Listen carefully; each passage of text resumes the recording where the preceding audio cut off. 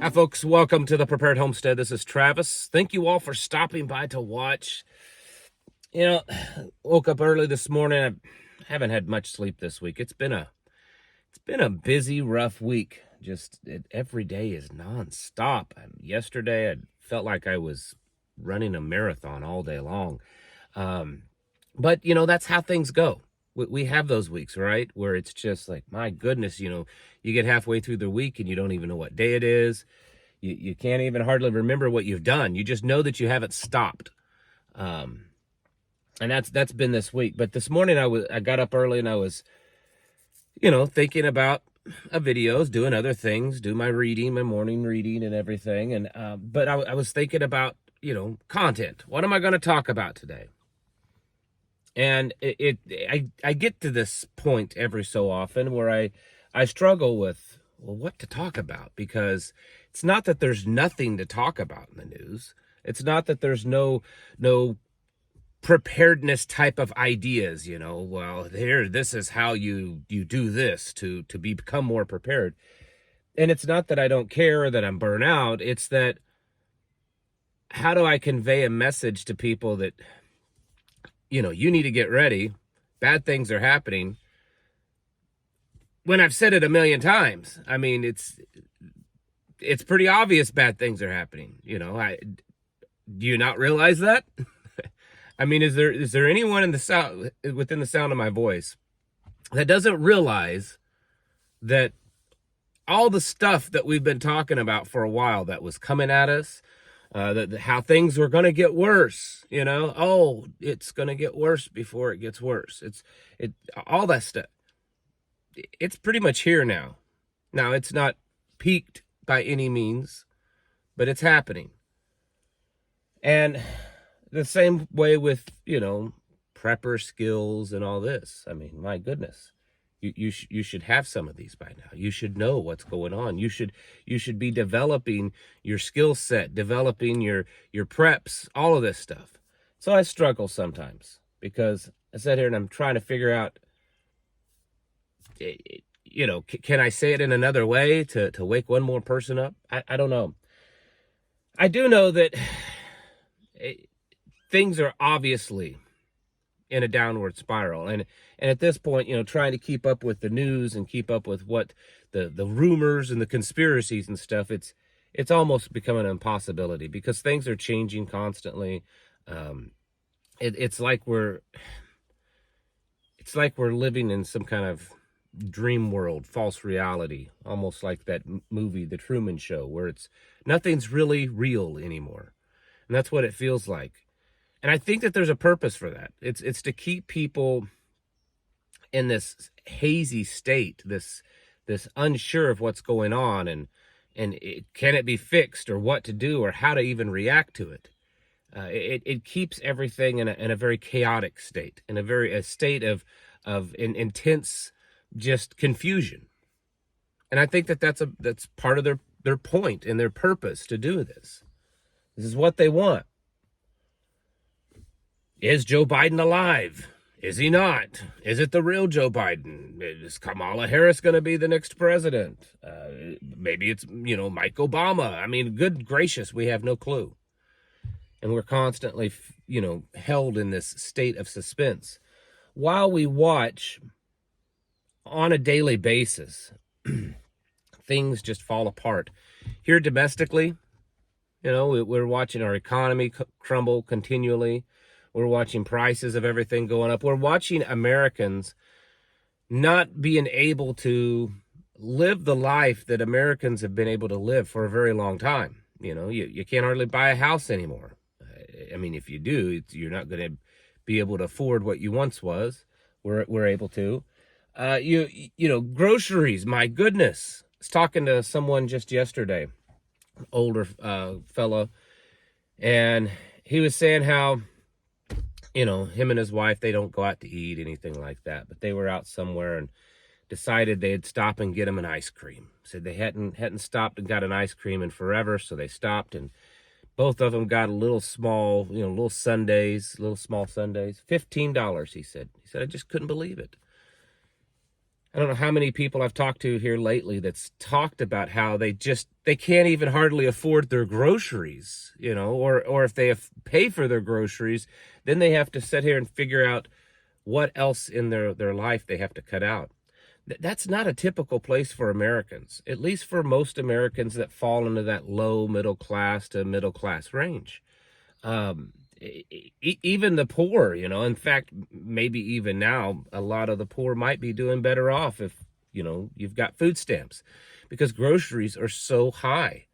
And they're even higher if you're trying to eat good food. I mean, the quality of food that's being produced, or food products, or even things that aren't food at all, they're just, what people consume, is definitely at an all-time high. I mean, don't eat anything healthy, because that's not approved by the FDA, but all of this bioengineered, DNA spliced, chemically filled, garbage, you could eat that because that's approved by the FDA. They want us on medications. They want us just dumbified and dumbed down and watching just stupidity, right? That's the state that we're in. And I don't know how a person can sit back and not even talking about the politics for the moment. Forget that for the moment.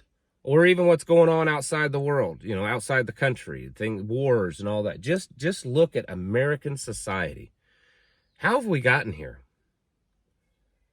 I mean, we once were a great nation, we were strong and filled with strong, fiercely independent people. And intelligent, all of that.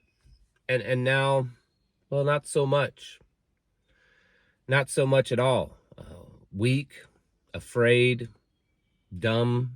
I mean, I know that's negative. There'll be someone that makes some comment about how I'm being so negative on America and Americans. But that's just not true.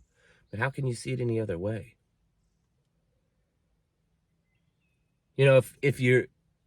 If you're listening to this and you haven't figured out yet that what's going on is far bigger and far greater than just a political battle between Donald Trump and Kamala Harris or whoever else they pick, or this is a bigger issue than just a war in Europe and the Middle East and Taiwan and all these other. It's a bigger issue than just, the stock market losing $1 trillion yesterday or whatever. It's bigger than that.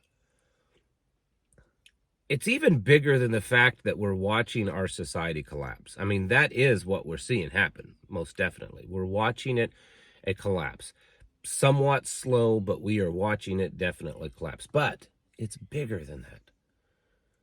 We're watching humanity fail. We're watching humanity fail each other. We're watching humanity fail God, because we're watching ourselves just fall apart because of decades of all kinds of stuff. Whatever it is, humanity has reached a pinnacle point in the past, and now we're on the downhill slope.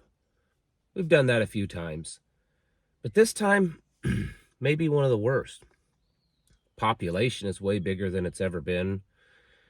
People are more dependent upon other things than they've ever been. It's quite possible that humanity has strayed further from God than it ever has before also.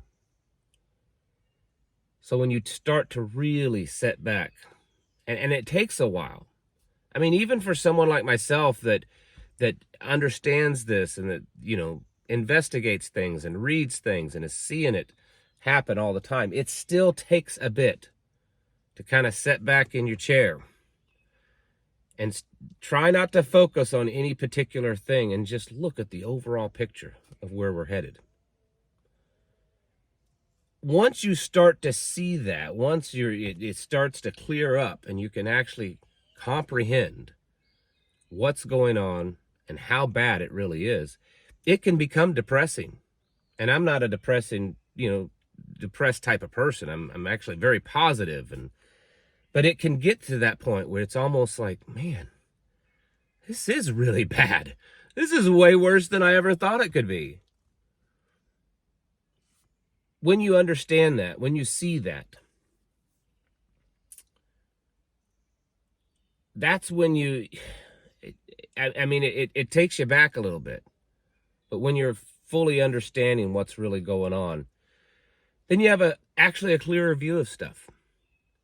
And you understand that, this is bigger than politics and the economy and stuff going on overseas. And it's bigger than that, folks. It's spiritual, because in the end, that's the biggest thing that it can be, is spiritual, right? And we're watching a spiritual, moral decay. We're watching spiritual warfare happen. We're watching the Most High's finest creation implode upon itself because of the sinful paths that we've chosen. That has all been foretold. It shouldn't surprise any of you. It's exactly what we've been told about for many, many eons.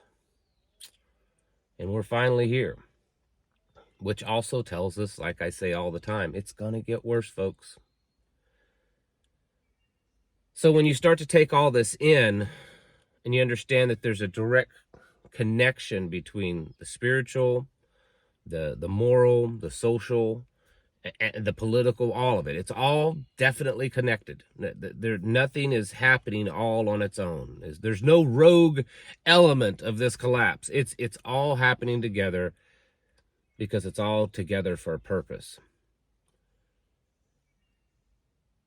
And while that can be sad, it can be a downer, we also need to see it as understanding that, there are certain things that are being fulfilled, and it's getting us closer to that end. I say it often in my videos where Jesus talks about those that endure to the end shall be saved.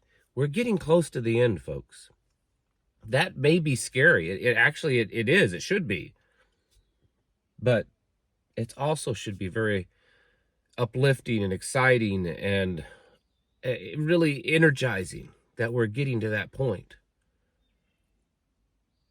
And that's why I have been trying more and more to push everyone to get ready in a physical sense. Your physical body, your physical preps, your physical home, the skills, physical, all that, because it's all connected.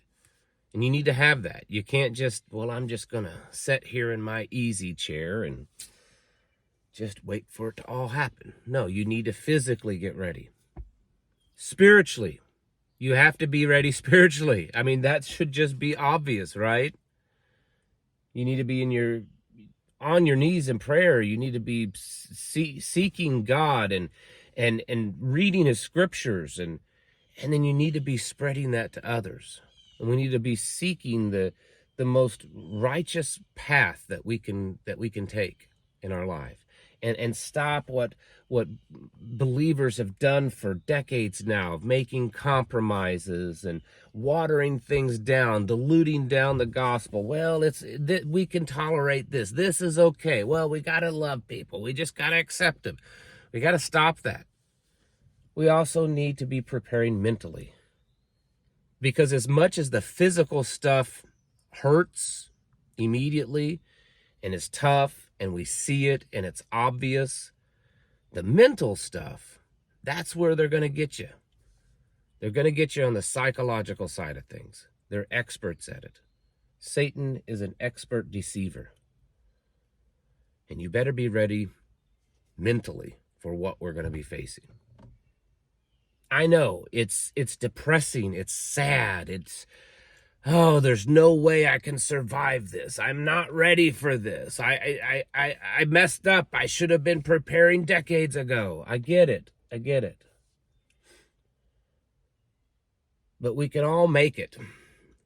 If we try, if we pull together, if you put in serious effort, it is survivable. It's going to be tough.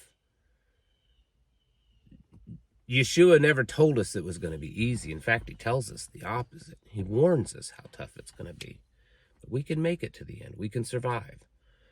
And as we watch all of these events happen, as we watch society crumble, as we watch prophecy after prophecy being fulfilled,